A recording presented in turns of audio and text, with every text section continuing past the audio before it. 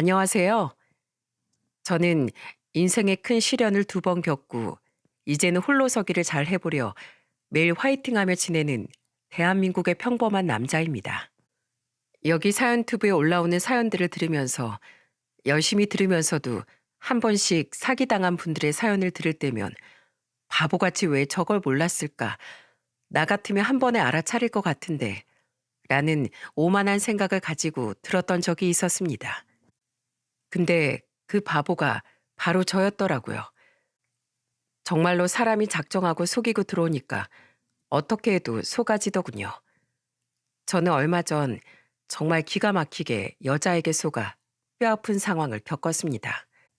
그리고 지금까지 제가 오만하게 생각하며 사연을 들었던 분들에게 사죄하는 마음으로, 그리고 제 사연을 통해 위로가 되었으면 하는 마음으로 저의 이야기를 해보고자 합니다. 저는 늦은 나이가 될 때까지 결혼을 못했어요. 아니, 안 한 것도 있죠.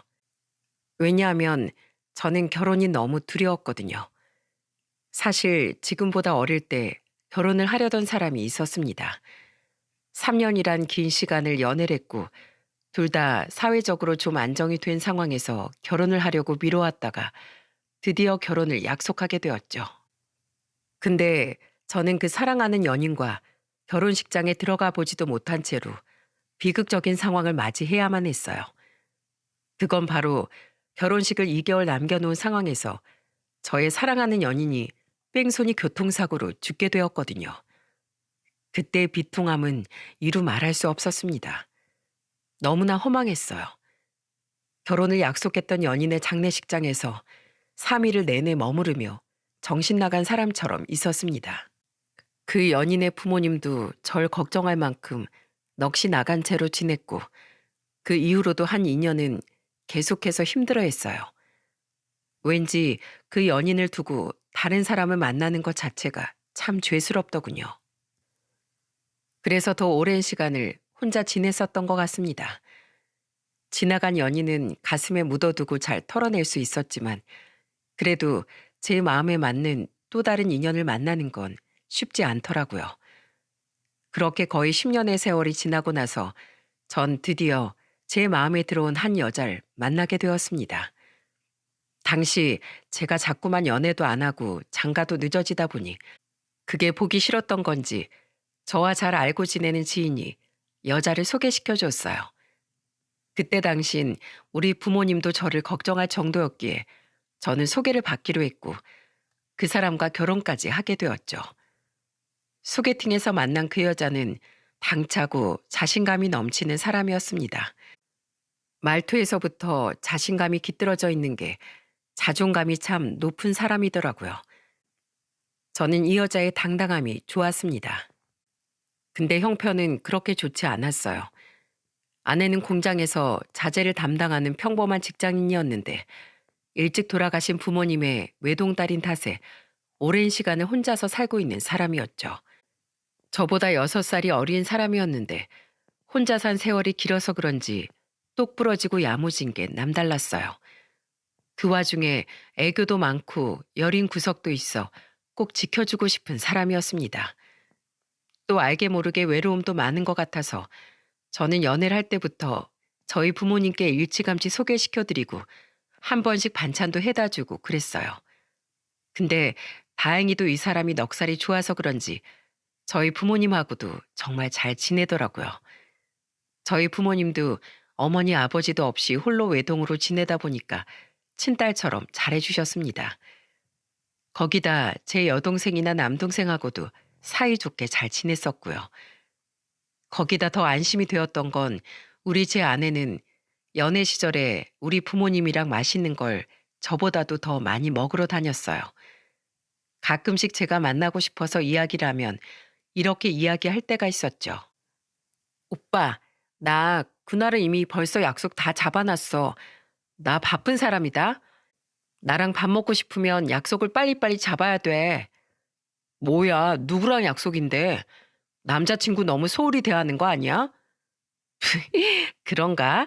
근데 소원해도 어쩔 수 없어. 나 어머니 아버지랑 같이 경기도에 맛집 가기로 했거든. 거기 얼마 전에 TV에 나왔는데 사람들 엄청 줄 서서 먹더라. 그래서 아버지가 운전하시고 어머니랑 나랑 같이 다녀오기로 했지. 뭐야, 나는, 나도 같이 가. 아이 참, 애도 아니고. 알았어, 알았어. 같이 가, 같이. 이렇게 이야기할 때가 많이 있었습니다. 그뿐만이 아니었어요. 제가 없을 때도 제 아내는 연애 시절부터 저희 부모님의 집에서 혼자서 잠도 자고 그랬었죠. 그만큼 외로움이 많은 사람이었고 저희 부모님의 손길을 많이 좋아했던 여자였어요. 특히나 한 번은 제가 야근을 하고 늦게 집에 들어갔는데 원래 같았으면 두 분 다 주무셔야 할 시간인데 집에 불이 켜져 있어서 봤더니 전혀 제가 생각하지도 못한 모습을 하고 계셨어요. 그건 바로 노인이 된 저희 어머니 아버지가 축구팀 유니폼을 입고서 그 밤 11시가 넘은 시간에 축구를 보고 있는 게 아니겠어요? 그것도 누구랑 같이 봤겠습니까? 당연히 제 아내와 같이 봤죠. 테이블 위에는 치킨에 맥주까지 올려져 있고 그 두 분은 피곤한 눈인데도 불구하고 재밌다면서 제 아내와 같이 축구를 보고 있었어요. 물론 정말 피곤하셨다면 방으로 들어가서 쉬셨을 텐데 피곤하면서도 자기 예비 며느리와 그렇게 노는 게 재미있어서 깔깔거리며 거실에서 계시지 뭐예요. 그걸 보면서 여동생이 시집가고 나서 칙칙한 아들놈이랑 같이 사는 부모님이 많이 적적해 보였는데 이렇게라도 다시 생기를 찾게 되셔서 다행이다라는 생각에 제 아내에게 고맙기까지 했습니다. 주말엔 저희 어머니와 같이 목욕탕도 가서 서로 때도 밀어주면서 결혼 전부터 정말 가깝게 지냈어요. 근데 이렇게까지 더 가깝게 지내게 될 수 있었던 건 이유가 있었습니다. 한창 연애를 하던 시절 저희 부모님 집에서 넷이서 술을 마신 적이 있었는데 그때 제 아내가 엉엉 울면서 그러더군요. 어머님, 아버님, 저 이렇게 예뻐해 주셔서 감사해요. 정말로 감사해요. 저 부모님 돌아가시고 나서 이렇게 부모님 사랑 받아본 적 너무너무 오랜만이에요. 그동안 씩씩하게 잘 지내고 있었다고 생각했는데 그게 아니었었나 봐요. 저도 몰랐었는데 저 되게 많이 외로웠었던 것 같아요. 근데 지금은 두 분 덕분에 정말 하루하루가 기뻐요. 감사합니다. 저 이렇게 예뻐해 주셔서 정말 감사합니다. 아내가 갑자기 울면서 이야기를 하니 저희 어머니 눈에도 눈물이 맺히고 저희 아버지는 안쓰러운지 제 아내 손을 잡고는 한참을 토닥여 주셨어요. 그러면서 말씀하셨죠. 우리도 네가 이렇게 우리랑 같이 서스럼 없이 지내주니 얼마나 고마운지 모른다. 우리가 앞으로도 네 부모 해줄 테니까 언제든 와서 기대. 이렇게 와서 울어도 좋고 또 우리랑 계속 맛있는 거 먹으러 다니면서 좋은 시간 가지는 것도 좋고 우린 너만 좋다면 다 좋다. 앞으로 네가 뭘 하든 우린 네 편이 되어줄 테니까 언제든 우리를 친부모라고 생각하고 기대. 그래, 나도 네가 내 딸 같아서 얼마나 예쁜지 몰라. 아니 애초에 너를 내 딸이다라고 생각하고 지내고 있으니까 너도 나한테 엄마라고 불러도 좋다. 난 그러면 더 행복할 것 같아. 아이고, 이 가히 없은 건 얼마나 혼자서 외로웠을까. 얼마나 이 세상 혼자 사는 게 험했을고. 앞으론 우리랑 같이 하자. 모든 역경도 다 같이 이겨나가자. 감사합니다, 어머님, 아버님. 정말 감사합니다. 이런 와중에도 우리 부모님이 생각나서 너무 보고 싶네요. 우리 엄마 품도 이렇게 따뜻했는데, 우리 아빠 손도 이렇게 단단했는데, 라는 생각이 드니까 더 그리운 것 같아요. 죄송합니다. 이렇게 좋은 말씀 해주셨는데, 저는 제 엄마 아빠 얘기만 해서. 근데 두 분이 너무 좋으신 분들이라 더 생각나는 것 같아요. 더 자꾸만 그리워지는 것 같아요. 아내는 더 서럽게 울었고 그 자리에 있던 우리들은 밤새 아내를 위로해주며 아내의 외로움을 달래주었어요. 그 뒤부터는 서로가 서로에게 끈끈한 게 생기면서 더 잘하려고 노력을 했죠. 그래서 그렇게 서스럼 없이 서로가 친가족처럼 지낼 수 있었던 거였어요. 그 뒤로도 잘 지내다가 이제는 부모님도 그렇고 저희도 이쯤이면 결혼을 해야 하지 않을까 하는 생각이 타이밍 좋게 들었었던 것 같아요. 그렇게 저희는 1년 정도를 연애를 하다가 저희 부모님도 결혼을 하라고 하시고 저희 둘 다 결혼 생각이 있었기 때문에 결혼 날짜를 잡았습니다. 그리고 거의 한 8개월 정도를 결혼 준비를 했었던 것 같아요. 집은 제가 다 했습니다. 아내는 가지고 있는 재산이 없었기 때문에 집은 제가 하고 대신에 가전은 아내가 있어요. 물론 굵직한 가전은 저희 부모님이 해주시고 그나마 좀 가지고 움직일 수 있을 정도의 자잘한 건 아내가 해왔죠. 근데 결혼 전에 제가 꼭 해결해야 할 숙제가 하나 있었어요. 그건 바로 저의 과거를 아내에게 털어놓는 일이었죠. 저는 결혼을 하기 전에 아내에게 저의 사연을 이야기를 했습니다. 아무리 지난 일이고 아무 일도 없었던 그저 결혼을 하려던 여자의 이야기였지만 그래도 저의 과거에 대해 말을 하는 게 이 사람에 대한 예의라는 생각이 들었거든요. 그리고 이 사람이 내 과거를 이해해 주지 못해 화혼까지 하겠다고 하면 그것까지 감수할 생각으로 용기를 내서 말했죠. 있잖아, 호정아. 우리 결혼하기 전에 내가 너한테 꼭 하나 해야 할 말이 있어. 당신이 꼭 알아야 하는 이야기야. 조금은 놀랄 수도 있는데 끝까지 들어줄 수 있겠어? 어? 무슨 이야기길래 이렇게 무게를 잡아? 음, 오빠가 무슨 말 할진 잘 모르겠지만 난 어떤 이야기든 다 들어줄 수 있어. 다 듣고 이해해 줄 테니까 무슨 이야기든 다 해봐. 고마워. 진짜 고마워.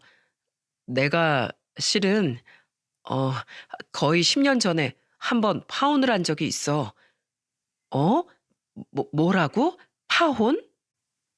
어렵게 운을 띄우며 말을 하니 전혀 예상하지 못했던 이야기가 나왔다는 듯 아내는 깜짝 놀랐습니다. 역시나 제가 예상했던 반응이었죠. 그래서 저는 당황하지 않고 그대로 제 이야기를 이어나갔어요. 어, 파혼. 한 3년 정도 만났던 여자가 있었어. 서로 사회적으로 자리를 잡기 전이었기 때문에 서로 자리 잡고 안정이 되면 결혼하자고 해서 좀 늦게 결혼을 했지. 그 사람도 좋은 사람이었어. 당신처럼은 아니었지만 그래도 우리 부모님과도 나름 잘 지내는 편이었고 그래서 결혼을 약속하고 결혼식만 2달 앞두고 있는 상황이었는데 정말 예상도 못하게 결혼을 못하게 됐어. 그건 우리의 선택이 아니라 하늘의 선택이었던 것 같아. 왜냐하면 나랑 결혼하기로 했던 여자가 뺑소니 교통사고로 그 자리에서 죽고 말았거든. 그래서 결국은 결혼식을 하지 못했고 난 그 뒤로 쉽게 누군가를 만나지 못했어. 그렇게 방황하면서 혼자서 지내다가 어렵게 당신을 만난 거야. 10년 만에. 그날 이후로 난 결혼에 대해서는 생각도 못하고 있었어. 나 혼자 살고 있는 게 그 사람한테 미안했거든. 근데 이젠 괜찮아. 이젠 다 잊었고, 다 잊었을 때 당신을 만나서 나는 또 행복해졌어. 그래서 당신한테 정말 고맙게 생각하고. 근데 나한테 너무 소중한 당신한테 내 이 큰 과거를 숨기면 안 될 것 같아서 그래서 용기 내서 말한 거야. 이런 나라도 받아줄 수 있어? 저는 어렵게 이야기를 다 토해냈습니다. 그리고 아내한테도 저를 받아줄 수 있냐는 질문을 끝으로 했죠. 그 질문을 끝으로 저는 아내에게 큰 위로를 받을 수 있었습니다. 왜냐하면 아내는 말없이 저를 꼭 안아주면서 한참 동안이나 등을 두들겨 줬거든요. 그러면서 그 이야기를 하더군요. 오빠, 왜 그런 소리를 해? 나 서운하게. 당연히 나 오빠 받아주지. 그게 뭐 대수라고. 어렵게 이야기 꺼내줘서 고마워, 오빠. 그리고 나한테 와줘서 정말 고마워. 우린 앞으로 서로한테 오래오래 있어주자. 항상 있어주자. 나 오빠한테 떨어지지 않고 오랫동안 있어줄게. 호정아, 고마워. 정말 고맙다. 그렇게 저는 아내의 사랑을 확정받을 수 있었습니다. 정말 감격스러운 날이었죠. 우린 이렇게 서로가 서로에게 결혼 전부터 더 가까워지고 더 함께하고 싶은 마음이 커지고 있었습니다. 근데 한 번은 살짝 황당하고 당황스러운 상황을 맞이해야 했죠. 왜냐하면 아내가 저한테서 당황할 수밖에 없는 이야기를 꺼내왔거든요. 오빠, 내가 고민을 좀 많이 해봤는데 말이야. 우리 결혼하고 나서 혼인신고는 바로 하지 말고 좀 뒤로 늦추는 건 어떨까? 어? 혼인신고를 늦춰서 하자고? 그건 왜? 아니, 사실 말이야. 우리 사람 일이라는 게 언제 어디에서 어떤 상황이 일어날지 아무도 모르는 거잖아. 우리가 둘 다 이렇게 사랑해서 결혼을 한다고 하지만 사실 우리가 같이 살면서 서로에게 안 맞는 부분이 있을 수 있고 하니까 그렇다고 해서 내가 오빠랑 헤어질 건 아니고 서로 맞춰가면서 살 건데 그래도 우리가 서로 신중하고 조심하는 게 더 좋지 않을까 해서 말이야. 뭐? 그래도 혼인신고를 좀 늦추는 건 아닌 것 같은데 요즘 뭐 우리보다 더 젊은 나이에 결혼하는 사람들 중엔 그렇게 하는 사람들도 있다곤 하는데 그래도 우린 나이도 있고 당연히 결혼이라는 건 다른 인생을 살아온 사람들이니까 부딪힐 수밖에 없잖아. 그때마다 서로 맞춰야 하는 부분인 건데 굳이 혼인신고를 뒤로 미룰 필요가 있을까? 어, 나도 물론 그렇게 생각해. 근데 내가 오빠가 상처받을까 봐 얘기 안 하려고 했는데 진짜 사실은 내 친구가 말이야. 결혼을 했다가 혼인신고까지 다 했었는데 글쎄 그 남편이 일주일 뒤에 죽었다고 하더라고. 그것도 교통사고로 말이야. 우리 둘도 그렇게 되지 말란 법 없잖아. 오빠는 이미 그런 아픔이 한 번 있었고 우리 둘 중에 한 명이 갑자기 이 세상을 떠나버리면 우린 그 뒤로 바로 혼자가 되어버리는 건데 그럼 서로가 서로 사망신고도 해야 하고 처리해야 될 일도 한두 가지가 아닌데 난 정말 그렇게 되고 싶지 않아. 내 사랑하는 사람을 잃는 것도 너무 힘든데 또다시 혼자가 되는 과정을 겪어야 하는 거잖아. 그리고 나도 오빠한테 그런 슬픈 상황을 안겨주고 싶지 않고. 그러니까 우리 혼인신고는 좀 천천히 하자. 한 1년 정도만 있다가 해도 충분해. 그 이상은 나도 더 미루진 않을 테니까 우리 그렇게 하자. 그렇게 해줘, 오빠. 어? 저는 아내의 말을 들으면서 정말 깊은 고민에 빠지게 되었어요. 결혼을 한 사람들이 혼인신고를 미룬다는 게 사실 말이 되는 건가 싶었거든요. 근데 아내의 말을 들어보니 일리가 있는 듯 했어요. 왜냐하면 제가 첫 번째 결혼을 하고자 했을 때 그런 이유 때문에 갑작스럽게 사랑하는 사람을 잃었기 때문에 충분히 공감이 됐습니다. 그리고 저도 그 상황을 생각해 보니 정말 가슴이 아플 것 같더라고요. 그래서 저는 아내가 하자는 대로 하기로 했습니다. 혼인신고를 좀 미루기로 했죠. 근데 이게 얼마 안 되어 철저하게 계산된 거란 걸 알고는 저는 분노에 찰 수밖에 없었습니다. 나중에 알고 보니 아내는 저의 아픔을 완전히 교활하게 이용을 한 거였거든요. 그 뒤로도 결혼 준비는 계속되었습니다. 근데 연애를 하고 결혼 준비를 하면서 저는 아내에게 몇 가지 좀 불만이 있었어요.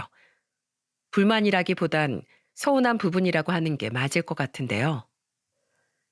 아내는 연애를 할 때 자기를 다 보여주는 것 같으면서도 숨기는 부분들이 좀 있었습니다. 그 중에 하나가 바로 집이었어요. 이 사람은 저희 집에는 자주 들락날락거렸지만 정작 본인의 집에는 근처에도 못 가게 했었어요.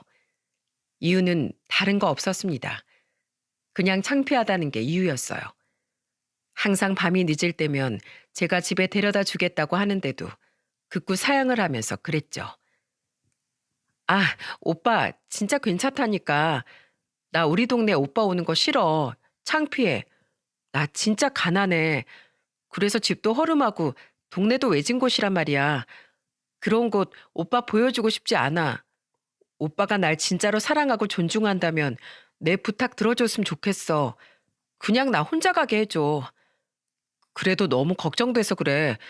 외지다면서 외지면 더 내가 데려다 줘야 하는 거 아니야? 그래야 나도 안심을 하지. 아이 참. 가는 동안에 그래서 오빠랑 통화하잖아. 난 그거면 충분해. 그러니까 나 걱정하지 말고 얼른 가세요. 나 차에 타자마자 전화할게. 아휴, 이 고집을 누가 꺾어. 알았어. 그럼 가면서 꼭 통화하기다. 아이 참, 알았대도. 잘 가, 오빠. 늘 이런 식이었기 때문에 집에 데려다 줄 수가 없었어요. 정말 극도로 예민하게 집에 대해만큼은 철저하게 숨겼죠. 그리고 자신의 핸드폰도 보여주지 않았습니다. 물론 아내도 제 핸드폰을 잘 보진 않았었지만 자신의 핸드폰만큼은 정말 철저하게 가리곤 했어요. 저는 한번 제가 아내랑 같이 식당에서 밥을 먹고 있는데 웬일로 화장실을 가면서 핸드폰을 놓고 갔더라고요.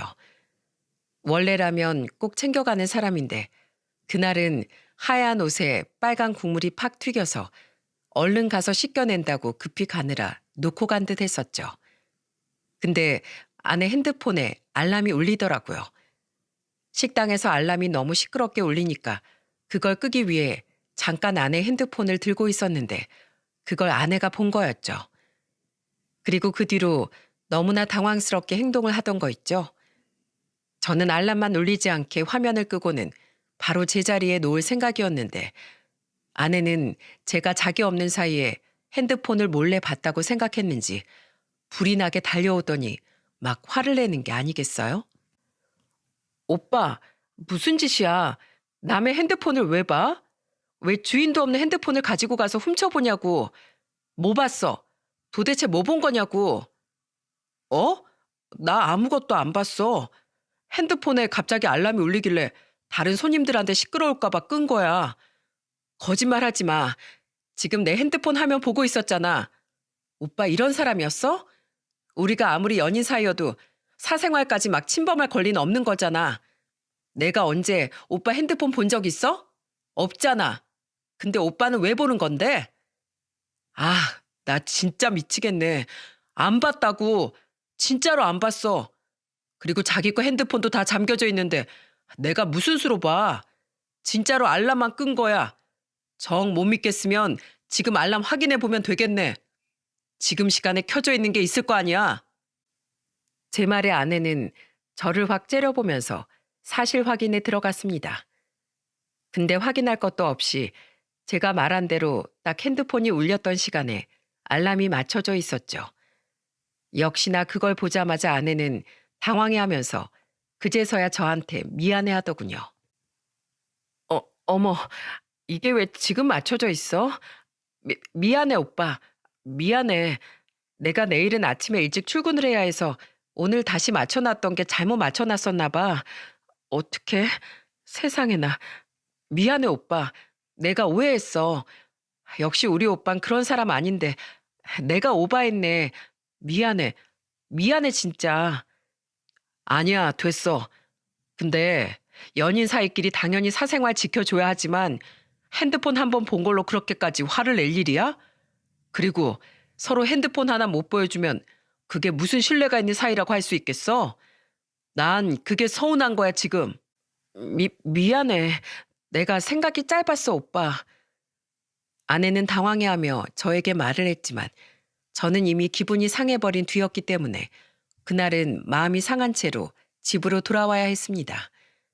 근데 그 뒤로는 저한테 화를 냈던 게 미안했는지 그 다음부터는 핸드폰을 마음대로 다 보여주더라고요.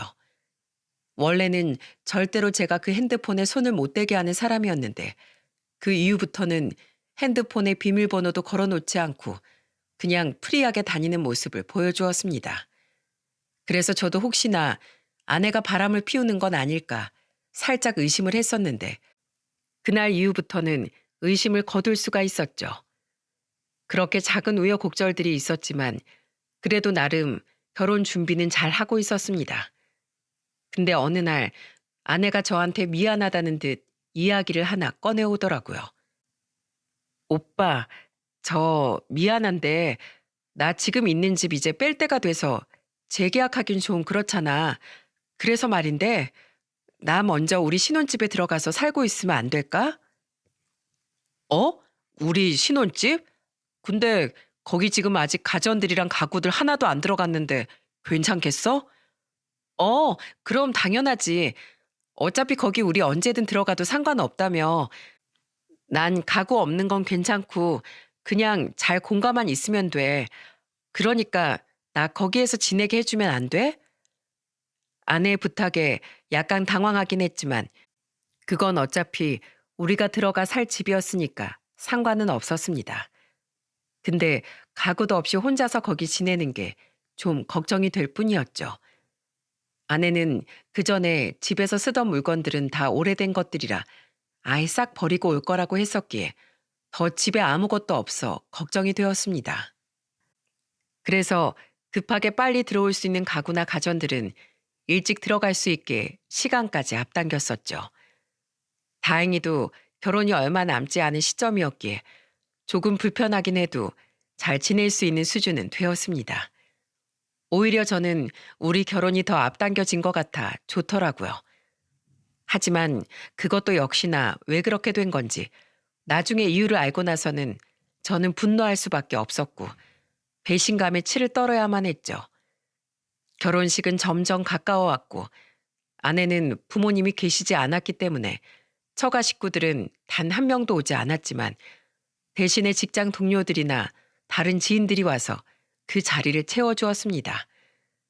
저희 쪽에도 하객분들이 많이 와주셔서 나름 성대하게 결혼식을 마칠 수 있었어요. 정말 행복한 결혼식이었습니다. 제 주변인들은 저한테 어떤 어려움과 아픔이 있었는지 잘 알고 있었기에 더 많은 축하를 해주었죠. 특히나 저희 부모님이 두 분 다 결혼식 내내 기뻐하시고 눈물도 많이 흘리셨어요. 얘들아, 너희 오늘 너무나 멋있고 예쁘다. 세상에 선남 선녀가 따로 없네. 너희들이 결혼해서 이 엄마가 얼마나 기쁜지 몰라. 내가 이런 날을 다 보내 영영 못 볼 줄 알았는데 내가 이렇게 둘이 결혼하는 걸 다 보는구나. 정말 기쁘다. 정말 행복해. 호정아, 우리 아들 한 번 아픔 있는 거 너 알고 있지? 너만큼은 우리 아들 떠나지 말고 오래오래 창기랑 정말 오래오래 살아다오. 그리고 창기 넌 호정이 외롭지 않게 잘하고 이 세상 누구보다도 아껴줘야 해. 아내는 남편 사랑을 먹고 사는 거거든. 알았지? 예, 어머니, 걱정하지 마세요. 저희 둘 다 잘 살 거예요. 호정이 제가 행복하게 해줄 거고, 호정이도 오랫동안 제 곁에 지켜준다고 했어요. 그러니까 너무 걱정하지 마세요. 맞아요, 어머님. 저희 100년회로 할 거예요. 그러니까 염려 마시고, 제가 괌에 가서 두 분 선물 잔뜩 사올 테니까 기대하고 계세요. 아셨죠? 저희 잘 다녀올게요. 어머니는 너무 기쁜 나머지 눈물까지 흘리셨습니다. 그렇게 감동스러운 결혼식의 마무리까지 잘 할 수 있었죠. 모두의 격려와 축하 속에 결혼식을 마친 후에 우리 둘은 괌으로 신혼여행을 떠나기 위해 바로 공항으로 갔습니다. 공항에서 비행기를 기다리는 동안 저는 이 사랑하는 사람과 행복한 인생을 살아보리라 다짐하며 행복한 신혼여행을 기대했지만 저의 순수했던 다짐과 기대는 한 통의 전화로 완전히 부서지고 말았죠. 출국 수속만 남겨놓은 상황에서 막 움직이려고 할 때 갑자기 전화 한 통이 왔습니다.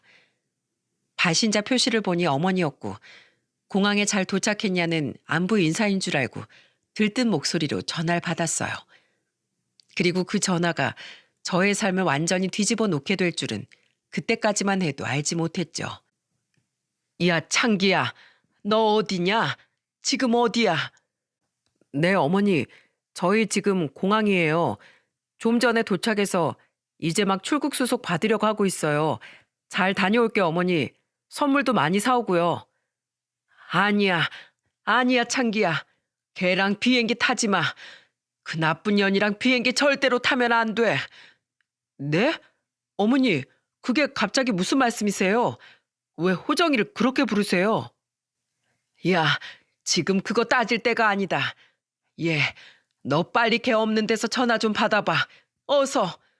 우리 지금 다 속았어. 걔한테 지금 다 속은 거라고. 네? 아유, 어머니, 좀 알아듣게 말씀 좀 해주세요. 그게 도대체 무슨 말씀이신 거예요? 저는 어머니의 다급한 소리에 혹여나 아내가 들을까 싶어서 어리둥절해하고 있는 아내를 잠시 뒤로 하고 다른 곳에 가서 전화를 받았습니다. 그리고 그곳에서 충격적인 소리를 들어야 했죠. 창기야. 아니, 이게 무슨 일이냐? 어? 이게 다 무슨 일이야? 너 김대식이란 사람 알아? 네? 누구요? 김대식이란 사람 저 모르는 사람이에요. 그 김대식이란 사람이 우리 쪽 축의금 안에 쪽지를 남겨놨더라. 거기에 장문의 쪽지가 써져 있는 채로 들어있었는데 그 안에 내용이 말도 못해. 세상에, 네 아빠랑 나랑 네 동생들까지 그거 보고 지금 다 깜짝 놀랐어. 호정이 걔 완전 사기꾼이었다고. 김대식 그 사람이 써놓은 쪽지 보고 나 뒤로 넘어갈 뻔했다. 호정이 걔 한국 사람이 아니야. 걔 북한 사람이야. 탈북민이라더라. 북에서 넘어온 여자라고. 네? 뭐라고요? 어머니, 무슨 말도 안 되는 소리를 하세요. 탈북민이 어떻게 그렇게 티가 하나도 안 날 수가 있어요. 누가 봐도 한국 사람인데. 아니, 그런 모습이나 말투 같은 것도 전혀 없었잖아요. 아니야. 우리도 그래서 안 믿었다. 웬 미친놈이 이런 걸 써놨어 했다고. 근데 지금 여기 쪽지 안에 걔가 북에서 지냈던 사진이 같이 들어있어. 이거 거짓말 아닌 것 같다. 이거 완전 진짜인 것 같아. 그걸로 끝이 아니야. 걔 북한에서 결혼도 하고 심지어 애도 있었단다. 한국엔 여기에 지네 엄마랑 둘이 왔었나 봐. 지금 너 신혼여행 갈 때가 아니야. 이거 먼저 해결해라. 이게 진짜든 가짜든 이거 먼저 해결해. 저는 이 충격적인 사실을 어머니한테 전해 듣고는 숨이 멎는 것 같았습니다. 그래서 더 지체할 것도 없이 곧바로 아내에게 가서 물었죠. 당신 혹시 탈북민이야? 어? 뭐라고? 그게 무슨 소리야? 내가 탈북민이라니? 나 다 알고 물어보는 거야. 당신 결혼도 했었다며. 북한에 애도 있었다는데. 뭐라고? 나한테 애가 있었다니. 오빠, 그게 무슨 말이야? 알아듣게 설명해. 내가 결혼을 했었다니. 누가 그래? 누가 그러냐고. 지금 우리 부모님이 다 알았어. 당신 북한에서 있던 사진까지 다 봤다고. 남편도 있고 애도 있는 사람이 나랑 결혼을 해? 당신 애 보기 부끄럽지도 않아? 어떻게 그럴 수가 있어? 어떻게? 제가 알고 있는 사실을 이야기하니 아내는 그제서야 무척이나 당황했습니다. 반응을 보아하니 그 김대식이라는 사람이 보낸 쪽지가 거짓말이 아니라는 걸 단번에 알 수 있었죠. 말해봐. 내 말이 다 가짜면 어디 아니라고 해보라고. 오빠, 내가 다 설명할게. 내가 어떻게 된 건지 다 설명해 줄게. 이 말이 다 진짜라는 거네. 뭐 설명할 게 있다는 거네 지금. 됐어. 지금까지 나 속여먹은 당신이 또 거짓말하지 말란 법 있어? 얘기 들을 것도 없어. 오빠, 오빠. 저는 이 여자가 저한테 또 어떤 거짓말을 할지 몰라서 그 자리에 그냥 혼자 두고 저 혼자 택시 타고 와버렸습니다. 그리고 어머니가 말씀하신 그 김대식이라는 사람에게 곧바로 연락을 했어요. 택시에서 가는 동안에 어머니에게 그 김대식이라는 사람이 남긴 쪽지를 사진으로 받았고 어머니에게 들었던 내용을 쪽지로 다시 보면서 저는 더 절망에 빠질 수밖에 없었습니다. 그리고 그 사진 속에는 더 자세한 이야기를 듣고 싶으면 연락하라며 연락처까지 남겨뒀길래 바로 전화를 했죠. 마치 기다리고 있었다는 듯 이 남자는 단번에 제 전화를 받았고 저희는 그대로 만나기로 했습니다. 그 김대식이라는 사람을 만나니 너무나 크게 실소가 터져나왔어요. 왜냐고요? 정말 누가 봐도 탈북민의 모습을 하고 있었거든요. 아내에게서는 들을 수 없었던 탈북민 특유의 말투를 그 남자는 아무렇지도 않게 하고 있었습니다. 누가 봐도 북한 사람이었어요. 그리고 그 남자에게 저는 충격적인 이야기를 듣게 되었죠. 당신, 이거 뭐야? 이거 다 진짜야? 당신이 말한 것들 전부 다 진짜냐고. 진짜예요. 내가 말한 것 중에서 거짓말은 아무것도 없습니다. 그 여자도 탈북민 맞고, 나도 탈북민 맞고, 그리고 그 여자는 탈북하기 전에 거기에서 결혼도 하고 애도 있었어요. 이 김대식이라는 남자는 저에게 그 사실을 이야기하며 정말 놀라운 걸 꺼내서 보여주었어요. 자, 여기, 이거 그 여자가 북한에서 있을 때 남편하고 그 딸하고 같이 찍은 사진이에요. 남자가 보여준 사진 속에는 누가 봐도 부부와 그 자녀가 함께 찍은 사진이었습니다. 부정하고 싶어도 부정할 수 없는 현실이었죠. 우리가 탈북한 진 8년 정도 됐어요.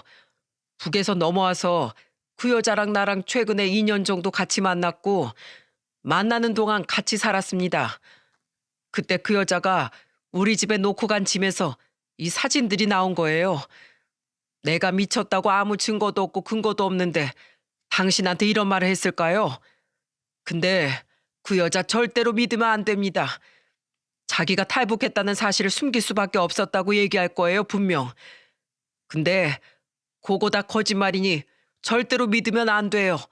그럼 당합니다. 그 여자한테 당해요, 당신. 무슨 말이야? 똑바로 얘기해요.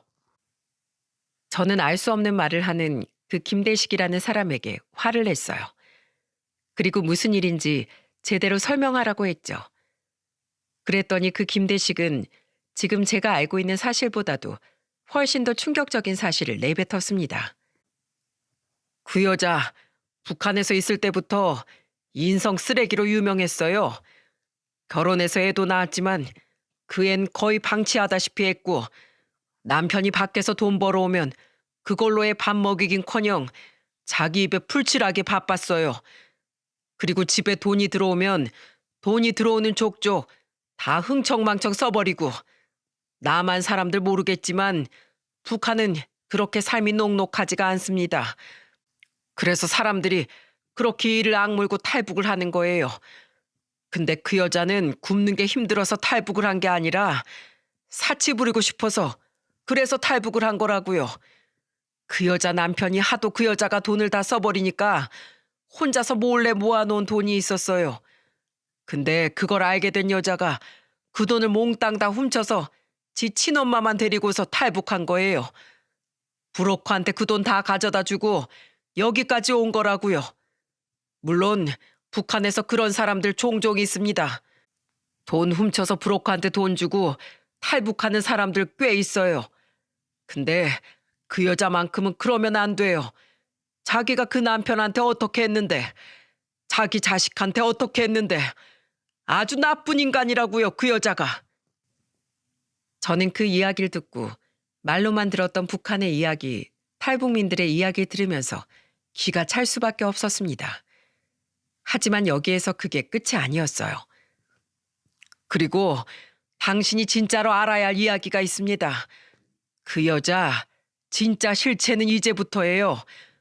북한에서 결혼하고 애 있는 게 뭐 대수입니까? 이제 만나지도 못하는 사람들인데. 근데 그 여자 이미 여기로 넘어와서 결혼을 2번이나 더 한 사람이에요. 이미 당신 말고도 남편이 2명이나 더 있었다고. 그 사람들하고 결혼하고 나서 2년, 3년도 안 돼서 이혼하고 지금 당신 만나 또 결혼하려는 게 바로 그 여자예요. 뭐라고요? 이미 결혼을 2번이나 더 했다고? 그 결혼도 한 번은 혼인신고하고 또 한 번은 혼인신고도 안 했어요. 그 2번의 결혼 다 좋아해서 결혼한 게 아니라 그 인간들 돈 뜯어먹으려고 결혼한 거고 그 여자 끔찍한 여자예요. 당신 그 여자한테 완전히 속은 거라고. 그 여자 나 만나는 동안에 그쪽 만난 거고 얼마 전엔 자기 결혼할 사람 생겼다면서 바로 나한테 헤어지자고 합디다.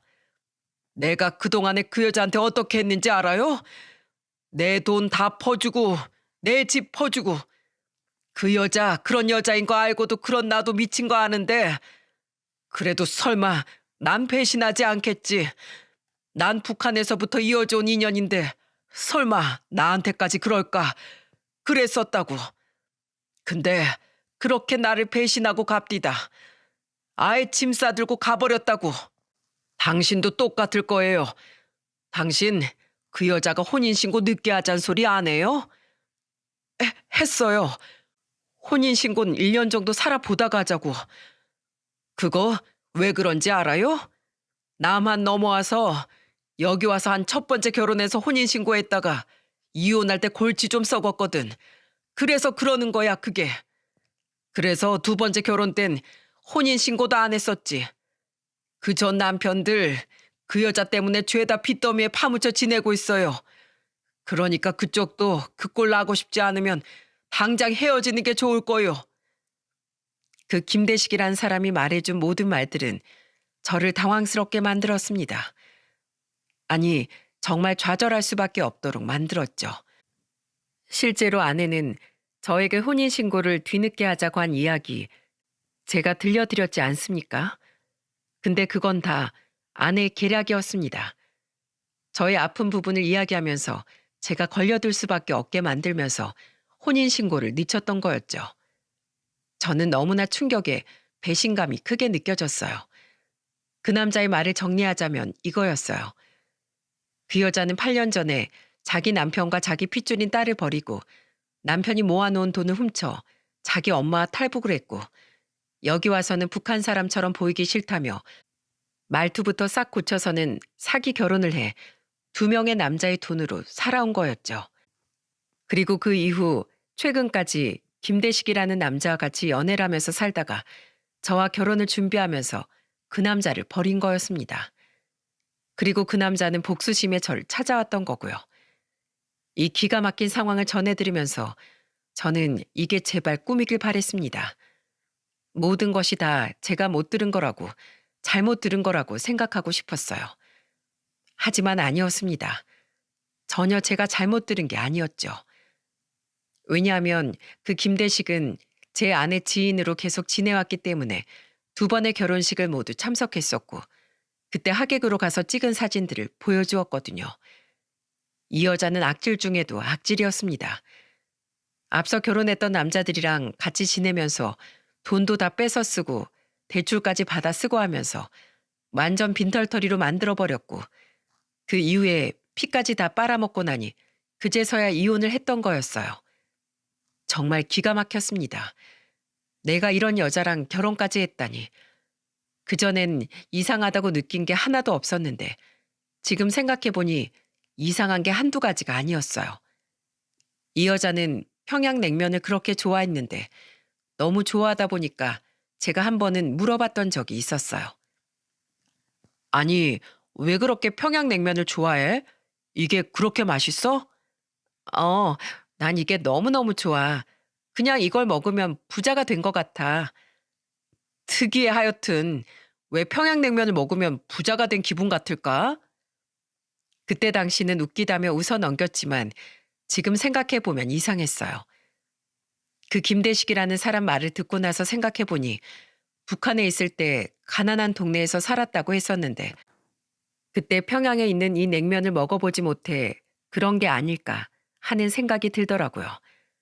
그리고 아내는 종종 핸드폰으로 탈북민들의 이야기를 많이 보곤 했습니다. 유튜브에 탈북민들이 나오는 영상들이 많이 있었는데 그걸 보면서 다른 예능보다도 더 재밌다면서 깔깔거리면서 웃기도 하고 또 한참 울기도 했었거든요. 그때는 그게 그냥 TV 보는 취향인가 했었는데 지금 생각해보니 모든 게 다 퍼즐처럼 짜 맞춰지는 듯 했어요. 그렇게까지 생각을 하니 소름이 확 돋았습니다. 저는 이 모든 충격적인 사실을 다 알고 집으로 갔습니다. 역시나 아내는 집에 와 있더라고요. 우리 신혼집에 혼자 들어가 앉아있는 여자를 보자마자 저는 제가 가지고 있던 사진을 전부 다 내던졌습니다. 제가 던진 사진들을 보자마자 역시나 아내는 난리가 났죠. 오빠, 이거 어디서 났어? 어? 이거 누가 줬어? 이게 뭐냐면, 아니, 있잖아, 오빠. 이거 내가 다 사실대로 말하려고 했어. 내가 다 사실대로 말하려고 했었다고. 우리 결혼하고 나면 다 말하려고 했어. 뭐? 결혼하면 다 말해? 이걸 왜 결혼해서 말하는데?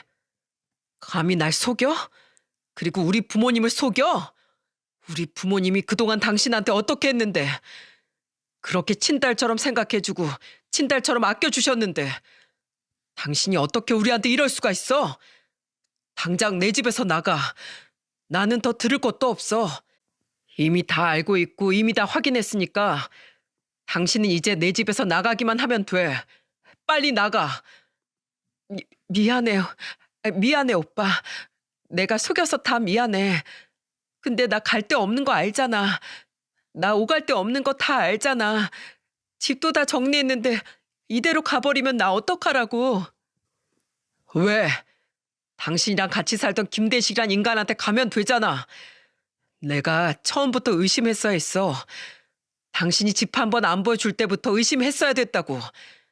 집이 너무 초라해서 집이 너무 보잘것없어서 절대로 안 보여줬던 게 김대식이랑 그 인간이랑 같이 살아서 그런 거 아니었어? 당신은 끝까지 거짓말이네. 이래놓고 미안해? 이래놓고 용서해달란 소리가 나와? 당신은 구제불능이야. 진짜 재활용도 안 되는 쓰레기야. 이 사람아, 여기 대한민국이 그렇게 당신 생각처럼 만만한 곳이 아니야. 알아들어? 그리고 나한테 버림받은 거, 네가 버린 북한에 있는 자식이랑 남편은 이미 피눈물 나게 겪은 일이야. 그리고 당신이 가지고 놀다가 버린 그 두 남편도 마찬가지라고. 당신이 가차없이 버려버렸을 때 딱 그 심정이었을 거다.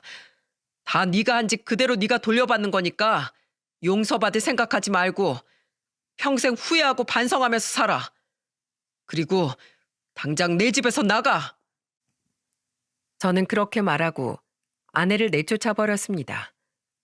결국 아내는 그대로 길거리에 나앉을 수밖에 없었어요.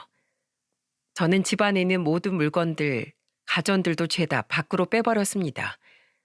제가 집을 했고 그 여자가 여기 들어오면서 자기가 겨우 모은 돈으로 가전제품들을 몇 개 샀기 때문에 죄다 밖으로 내다 버려버렸어요. 그마저도 아내는 울고불고 하면서 말렸지만 끝까지 밖에다가 내놓았고 다음날 나가보니 그걸 어떻게 가지고 갔는지 모르겠지만 그 여자는 용달을 불렀는지 하여튼 그걸 가지고 사라져 있더라고요. 그 후 저는 그 여자를 사기죄로 고소해버렸습니다. 근데 웃기게도 그 여자는 절 포함해서 이미 그 앞선 두 남편들한테도 사기죄로 고소를 당했었더라고요. 그래서 수차례 벌금도 물었습니다. 근데 더 놀라운 건 그 여자는 남자들한테만 사기를 친 게 아니라 그 전 직장들을 다니면서도 직장 동료들한테도 돈 빌려달라고 사기를 쳐서 빌린 다음에 그만두고 도망가 버리면서 고소당한 건이 한두 건이 아니었습니다. 그래서 결국엔 그게 다 걸려 들어가 그 여자는 법적인 처벌을 피할 수가 없었죠. 저는 이 모든 사실들을 부모님께 가서 말씀드렸고 역시나 저희 부모님은 깜짝 놀라셨어요. 특히나 저희 어머니는 아내를 많이 믿고 예뻐하셨기 때문에 충격이 더 커서 실신까지 하실 뻔했죠. 그렇게 우리 가족들에게 아픔을 준 아내를 용서할 수 없어서 저는 합의고 뭐고 아무것도 해주지 않았습니다. 법적인 처벌을 그대로 다 받도록 해버렸죠. 그 뒤로 아내나 그 김대식이란 인간의 행방은 모르고 지내는 채로 있습니다. 저는 또 결혼에 대해 큰 아픔을 겪고 지금은 결혼은 내 팔자에는 없는 일인가 보다 싶어서 그냥 있던 집도 다 팔아버리고 부모님 모시고 같이 살고 있는 중이에요. 이 여자한테 한 번 당하고 나서는 그 어떤 사람도 믿을 수가 없어서 저는 한동안 친구들과도 만나지 못한 채로 힘든 시간을 보냈습니다. 하지만 지금은 다 극복하고 저의 인생을 다시 힘있게 세워서 다시 살아가 보려고 합니다. 왜냐하면 저한테는 아직 소중한 부모님이 계시니까요. 제가 저의 이 아픈 사연을 쓰게 된 이유는 제발 여러분들은 어디 가서 사기당하지 마시고 좋은 인연 만나 끝까지 행복하셨으면 하는 마음에 적게 되었습니다. 지금 옆에 이미 인연이 있으시다면 그 인연과 더 끝까지 오래오래 행복하시길 바라며 앞으로의 인연들도 부디 좋은 인연들만 만나시길 제가 기도하겠습니다. 그리고 제가 부탁드리는 바는 부디 저의 앞으로의 인생에는 더는 배신 없고 더는 아픈 인연 없이 그저 평범하게 살아갈 수 있도록 여러분이 응원해 주세요.